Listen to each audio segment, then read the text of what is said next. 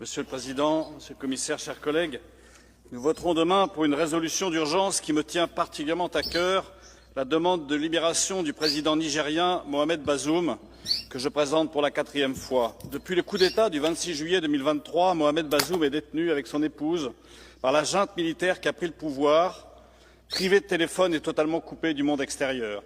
950 jours se sont écoulés depuis ce coup, 950 jours de détention injustifiée. Il convient de rappeler que le président Bazoum, démocratiquement élu, a été le principal partenaire des forces européennes au Sahel, contribuant à la lutte contre le terrorisme islamiste, contre le trafic d'armes, contre le trafic d'êtres humains et à la stabilité régionale. Nous ne pouvons rester plus longtemps silencieux alors qu'un allié clé de l'Europe est emprisonné. Quel exemple de loyauté l'Union européenne donnerait-elle à ses partenaires? Sa libération est urgente pour 2 raisons majeures. Son mandat prendra fin le 2 avril 2026. Ne pas obtenir sa libération avant cette date constituerait un échec grave. Un signal clair doit être envoyé à nos partenaires et à leurs opposants. L'Europe est un allié assumant ses engagements envers ceux qui ont coopéré avec elle pour plus de sécurité et plus de liberté. Cette résolution rappelle le caractère inacceptable de la détention d'un dirigeant démocratiquement élu, partageant nos valeurs, renversé puis emprisonné par une junte militaire toujours au pouvoir aujourd'hui.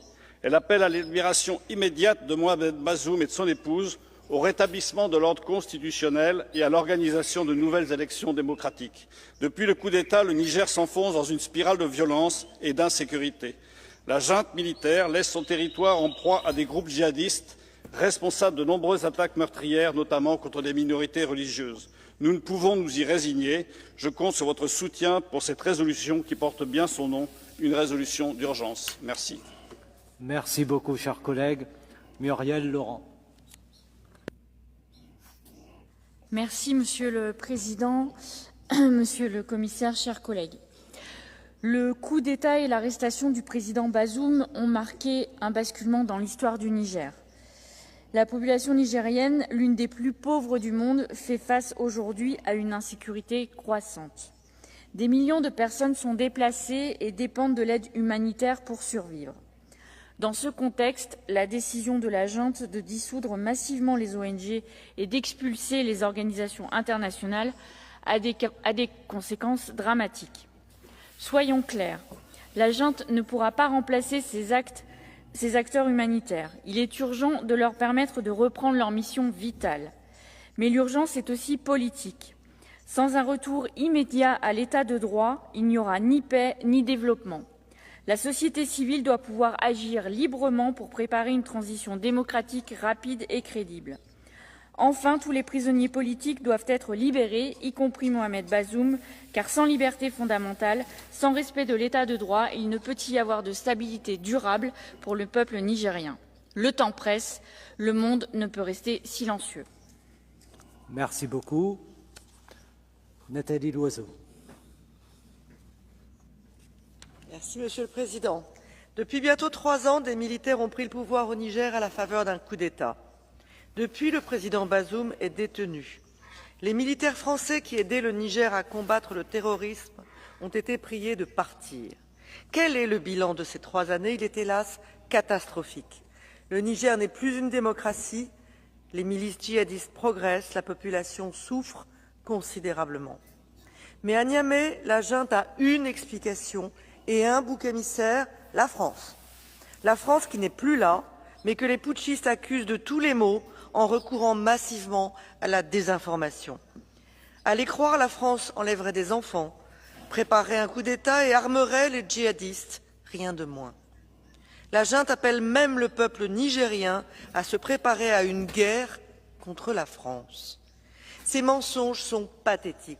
Il faudrait rappeler aux putschistes de Niamey que ce sont eux qui ont pris le pouvoir, qui ont renoncé à l'aide de la France et fait appel à la Russie.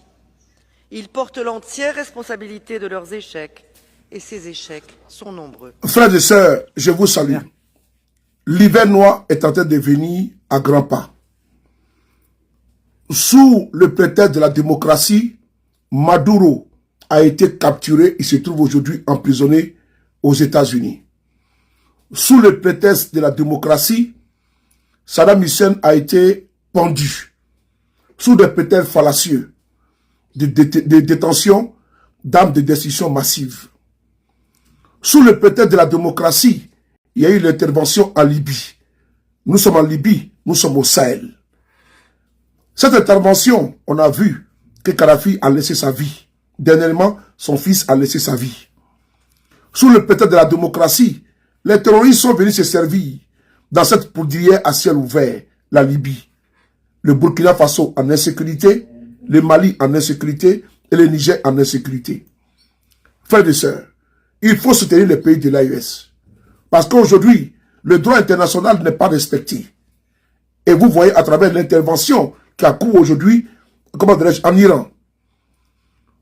Le droit international aussi a des limites, selon certains.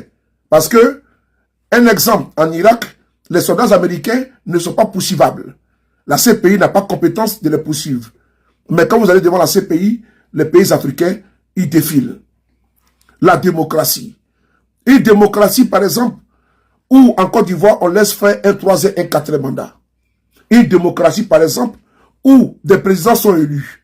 Un exemple au Congo, Brazzaville et Kinshasa, Martin Fayoulou, mais il ne prête pas serment. Une démocratie au Cameroun, où John Fundi, Maurice Kamto, sans oublier Issa Tiroma Bakari, ont battu à plate couture Paul Biya, mais n'ont jamais pu prêter serment. Nous sommes en soi-disant démocratie, alors que ces régimes-là sont soutenus par des puissances étrangères. Nous devons prendre au sérieux les menaces qui aujourd'hui planent sur les pays de l'AES. À travers ce qui se joue au niveau international, ne pensons pas que ça se passe au Venezuela, ça se passe en Irak, ça se passe, comment dirais-je, en Iran, et que l'AES est épargné.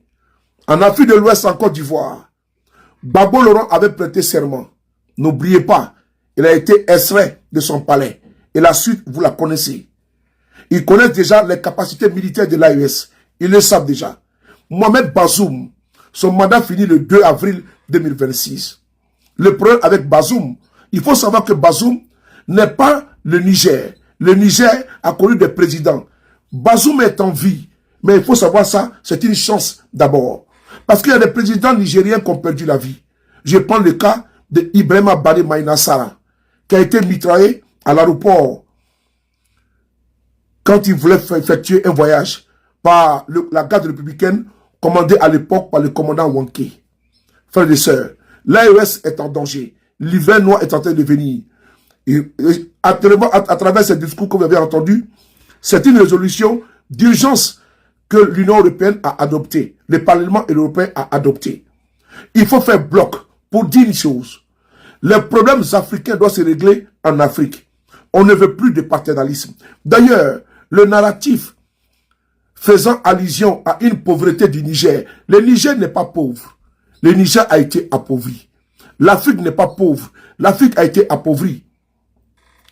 Dans cette même veine de dénonciation, le ministère des Affaires étrangères du Niger a reçu, vous regardez les images qui sont en train de passer devant vous, les images qui sont là.